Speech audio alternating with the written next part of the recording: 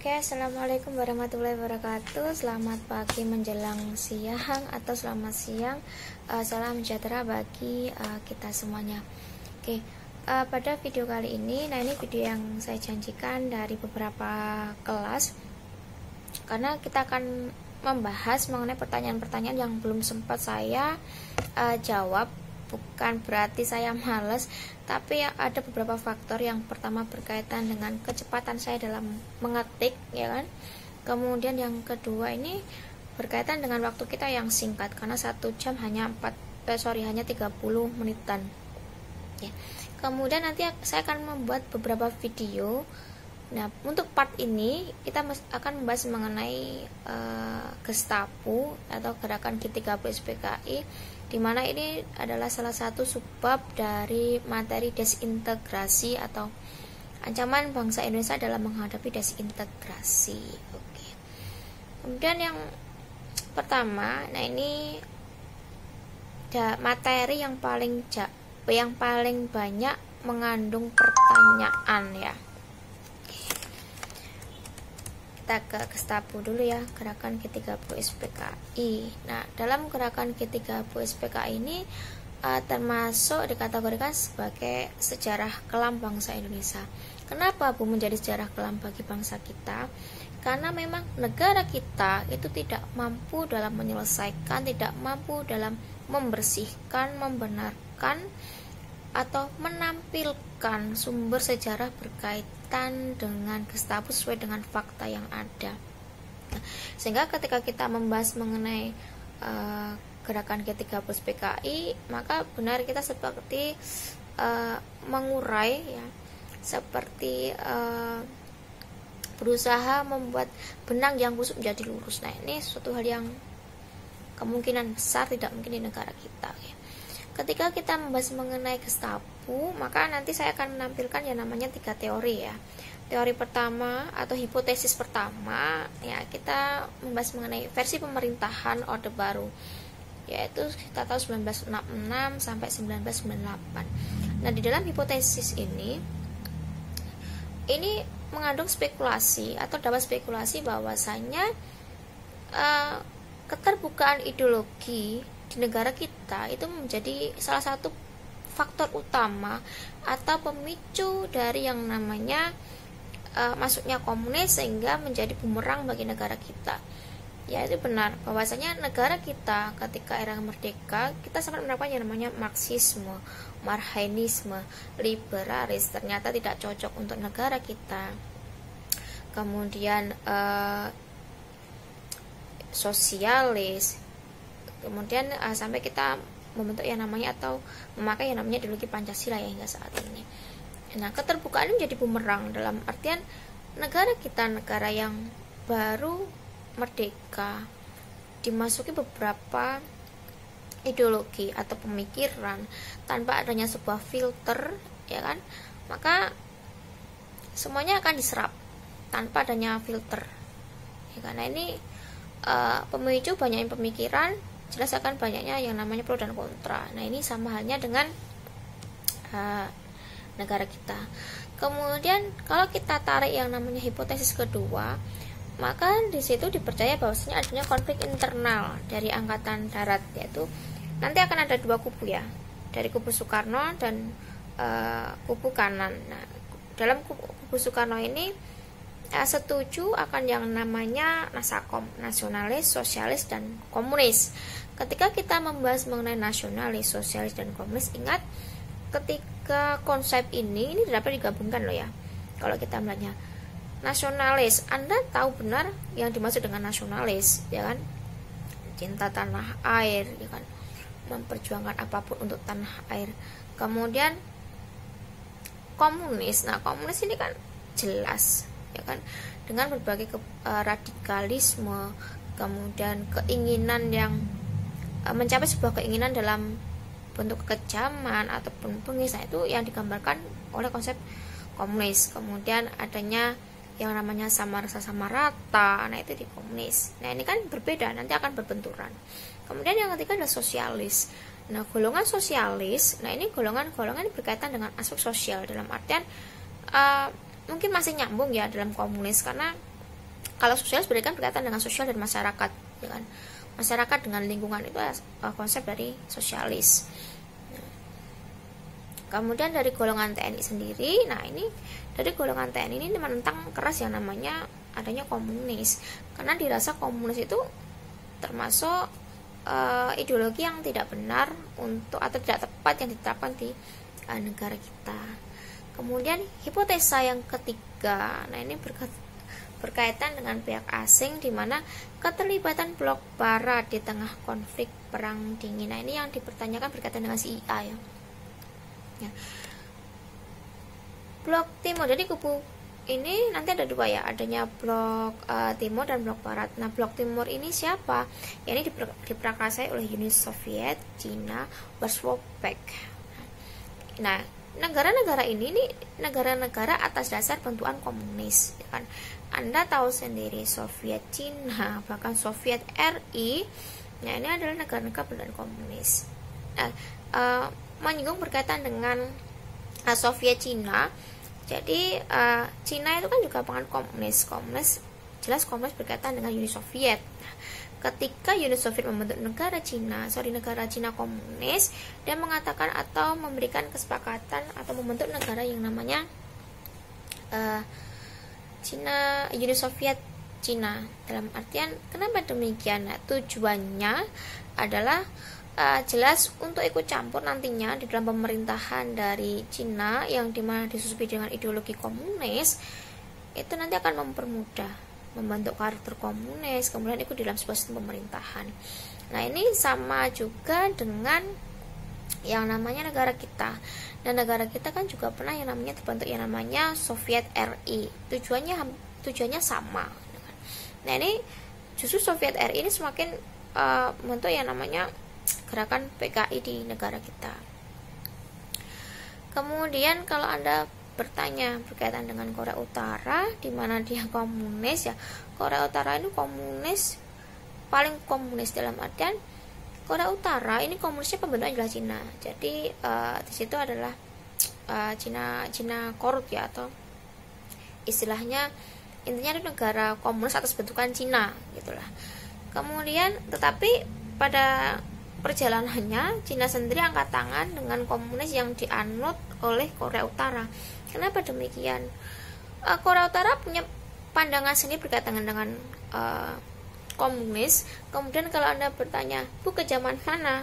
Ya, Anda sudah bisa melihat dari beberapa media massa bahwa bagaimana Korea Utara membentuk negaranya, pemerintahannya dengan ideologi komunis yang demikian, ya kan? Yang terus, kejam sekali. Nah, gitu ya. Kemudian kalau kita berbicara mengenai blok barat, nah ini berkaitan dengan Amerika dan NATO. Nah Amerika dan NATO ini rata-rata ya berideologi kapitalis, negara-negara kapital gitu ya. Kemudian pada perkembangannya dalam hipotesa ketiga ini kita akan menemukan fakta bahwasanya Amerika ternyata ikut terlibat dalam yang namanya Gestapo. Mengapa demikian? Soekarno sempat melihat bahwasanya Amerika ini condong ke arah yang namanya pergolakan yang ada di negara kita. Nah, sehingga Soekarno mencanangkan yang namanya anti Amerika, sehingga segala bentuk apapun yang berkaitan dengan Amerika di situ di stop. Jadi tidak termasuk film, termasuk lagu-lagu ataupun menolak bantuan dari Amerika pada saat itu. Nah, sebenarnya ketika Indonesia mengambil sikap demikian, itu Amerika merasa khawatir dalam artian nantinya akan takut untuk dikuasai negara komunis. Nah, dari beberapa sikap tersebut, nah kondisi ini diperparah ketika Indonesia, nah ini keluar dari PBB pada 7 Januari 1965, kemudian membentuk kebijakan politik luar negeri yang menjadi porosnya yaitu Jakarta, Beijing, Moskow, Pyongyang, dan Hanoi. Nah ini ya, Pyongyang ini Korea Utara ya. Kemudian para peneliti sejarah, jelas bukan peneliti negara kita, ini dari asing, ini menganalisis dan melihat bahwasanya ada keterlibatan CIA kemudian mengambil kesimpulan bahwasanya si A terlibat dalam gerakan penculikan dan pembunuhan 6 ya, bukan 7 ya, 6 perwira itu, 6 TNI, yang satunya ini 6 jenderal, yang satunya ini pertendian ini bawaan dari Pak Nasution, Nasution. Kemudian dalam gerakan penculikan dan pembunuhan 7 perwira berhenti militer dan memanfaatkan konflik internal dari TNI. Jadi beberapa konflik yang ada TNI itu dijadikan kambing hitam ya, untuk menyalahkan, untuk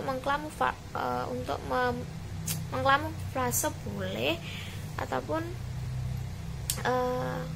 dalam artian ingin ikut campur lah dalam gerakan ini, karena ingat bahwasanya Indonesia itu gampang sekali terpengaruh ya, gampang ya kan? Kemudian kita lihat dari posisi EA nya. Oke, kalau kita dari EA, nah ini berkaitan dengan perang dingin ya, antara Amerika Serikat dan negara-negara barat, Australia, Inggris, dan Jepang ya. Anda tahu sendiri sejarahnya Amerika dengan Jepang, kenapa sampai berselisih paham. Kemudian menurut David T. Johnson dalam Indonesia 1965, The Rule of the Us Embassy, opsinya adalah membiarkan saja membujuk Soekarno beralih kebijakan. Nah, dalam artian Gestapo ini juga sebagai cara untuk menyingkirkan seorang Soekarno menjadi presiden. Karena apa? Soekarno sendiri kan diangkat menjadi presiden seumur hidup ya kan, karena dianggap mampu. Nah, ini yang menyebabkan beberapa negara-negara lain ini tidak sepaham, tidak setuju. Kemudian dari negara kita sendiri ada beberapa yang juga tidak setuju. Dalam artian, apakah nantinya akan ada penggulingan? Ya. Nah, ini sebagai salah satu cara. Ingat, kita membahas mengenai politik ya. Kalau kita membahas mengenai demikian ideologi berkaitan dengan politik, maka yang paling jelas terlihat adalah politiknya, bagaimana cara untuk memperoleh, mendapatkan, dan mempertahankan sebuah kekuasaan. Kemudian pertanyaan yang selanjutnya berkaitan dengan bagaimana sikap Soekarno dalam Gestapo.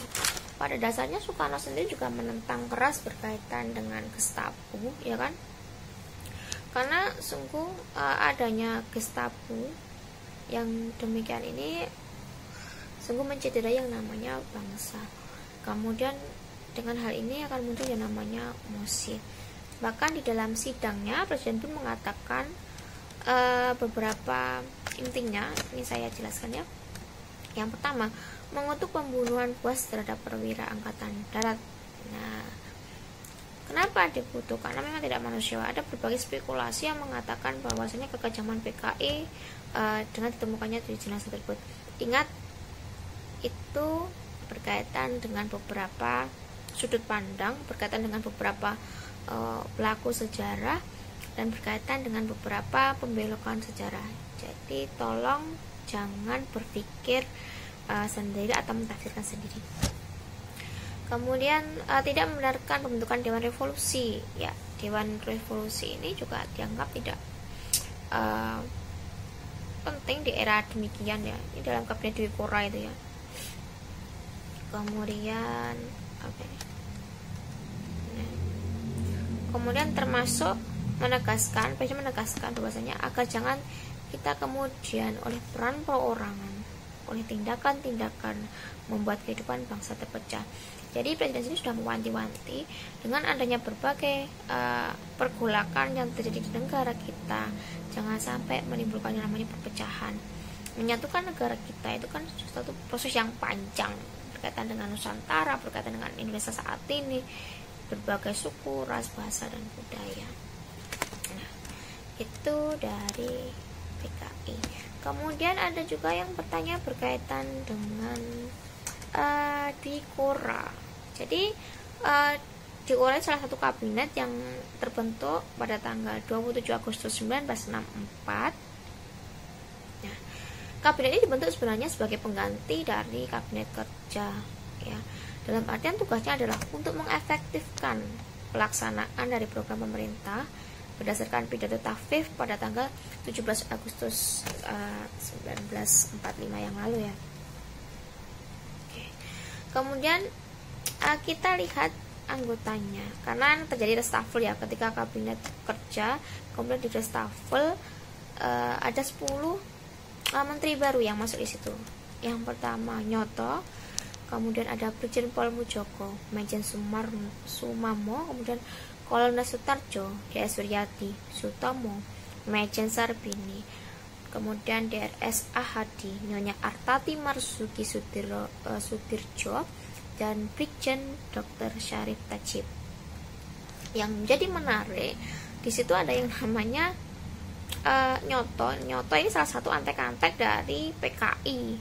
Nah, kalau di sini ya jelas mungkin Anda sependapat dengan saya bahwasanya ada pro dengan yang namanya PKI atau Nasakom semakin merajalela atau diberikan yang namanya kursi. Memang kalau kita melihat perkembangan politik di negara kita berkaitan dengan kabinet di negara kita, Partai Komunis ya itu sempat mendapatkan kursi terbanyak di negara kita ya. Nanti coba dicek atau di next setelah materi ini ya, ada yang namanya pemerintah nanti orde lama, orde baru, nanti akan saya bahas. Nah, ini juga dikutip dari silakan membaca yang namanya buku Sebelum Prahara ya, titik 2 pergolakan politik Indonesia tahun 1961 sampai 1965. Itu tahun terbitnya tahun 1980. Nah, halaman yang tadi berkaitan dengan 10 kolonel tadi, berkaitan dengan 10 orang yang masuk ke dalam kabinet Bikora, itu halaman 474 sampai 475. Nah, kemudian pada perkembangannya ya, ada tuntutan dari mahasiswa mewakili sebagai aspirasi, mewakili dari masyarakat berkaitan dengan Tritura. Tritura ini tuntutan masyarakat atau 3 tuntutan masyarakat ya kan, yang diserukan oleh mahasiswa kami. Nah, ini menjadi menarik kan. Kami ini berkaitan dengan Kesatuan Aksi Mahasiswa Indonesia. Jika kita membahas mengenai mahasiswa, maka jelas yang adanya mahasiswa ini sebagai salah satu motor atau penggerak yang namanya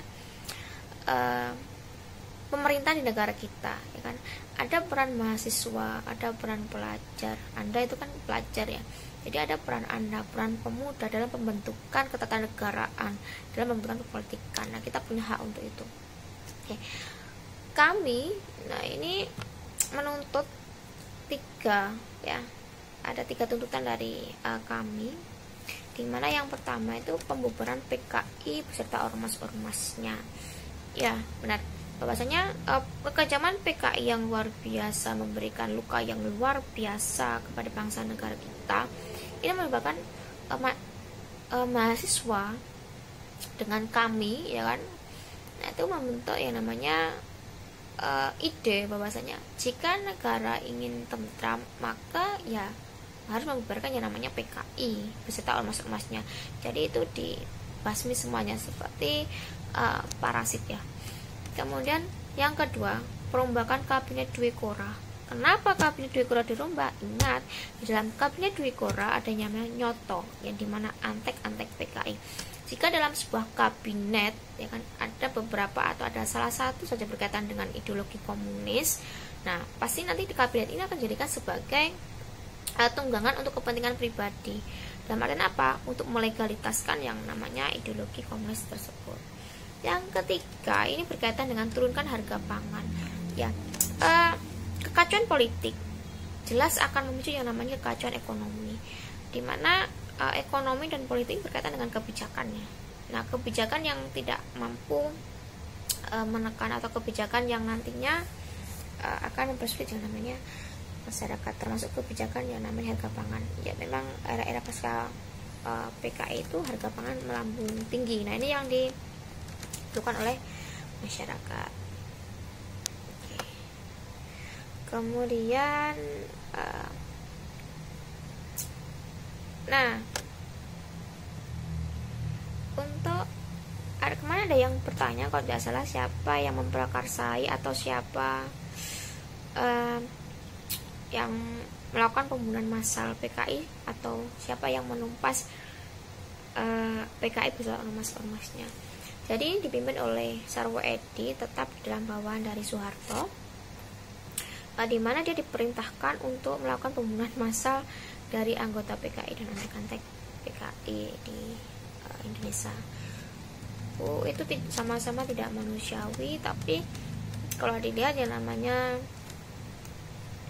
pemberontak ya tidak sesuai dengan negara kita, ya memang harus dibasmi. Ini seperti parasit kan. Kemudian yang ingin saya tekankan di Anda, kemarin juga ada yang bertanya, Bu, apakah komunis masih ada? Ingat, kita membahas mengenai ideologi. Ideologi itu berkaitan dengan pemikiran atau gagasan, pasti akan selalu ada. Penganutnya ada, Bu, saya yakin ada. Kemudian di mana? Nah ini yang jawaban yang tidak dapat dijawab, dalam artian kita sama-sama tahu bahwasanya komunis itu sudah dilabel sebagai bahaya laten. Dalam artian apa? Ini bahaya berkepanjangan ya. Tinggal menunggu yang namanya letusan, atau tinggal menunggu dimana PKI itu nanti menyuruh kembali. Ini bukan doa, tetapi kalau kita melihat mengenai teori bahaya laten ya. Kemudian upaya apa yang harus kita lakukan? Nah, negara kita itu memiliki ideologi yang amat sangat bagus, komplit. Dan kita punya ideologi namanya Pancasila.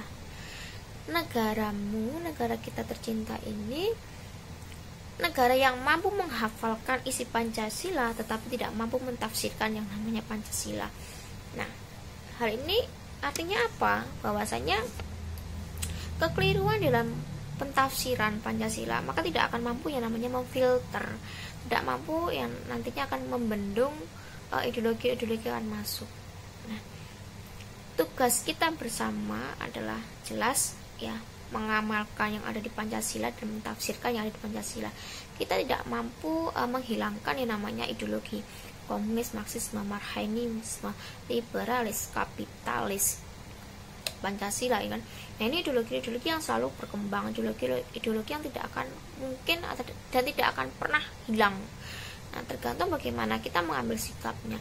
Nah, kita sebagai orang Indonesia ya kan, yang berideologi Pancasila, maka kita hukumnya wajib mentafsirkan dan mengamalkan itu di dalam kehidupan masyarakat. Nah, dengan cara itulah nantinya ideologi komunis ataupun ideologi-ideologi lainnya yang masuk ke negara kita bisa memfilter di mana ideologi